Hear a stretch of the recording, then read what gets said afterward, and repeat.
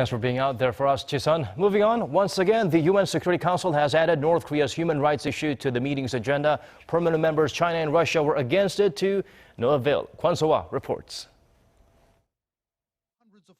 Because the North Korean people continue to endure a, quote, real-life nightmare, is why the UN Security Council met on North Korea's human rights issues on Human Rights Day.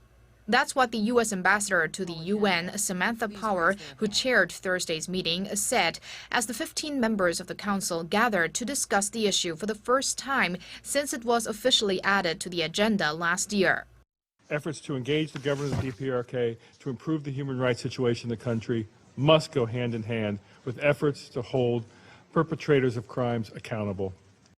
9 members, including 3 of the 5 permanent members, the United States, Britain, and France, voted for the topic to be discussed, while the 2 other permanent members, China, North Korea's firm ally, and Russia voted against it, along with Venezuela and Angola.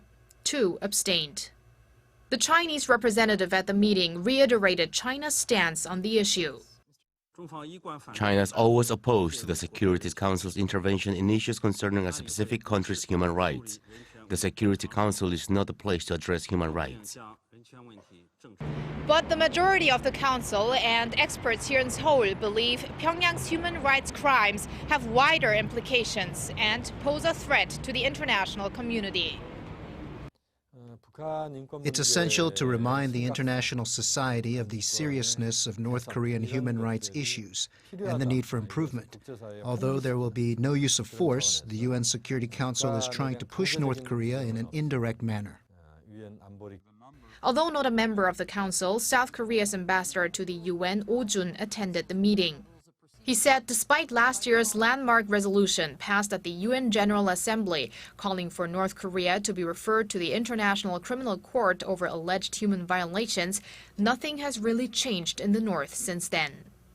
Kwon Soa, Arirang News.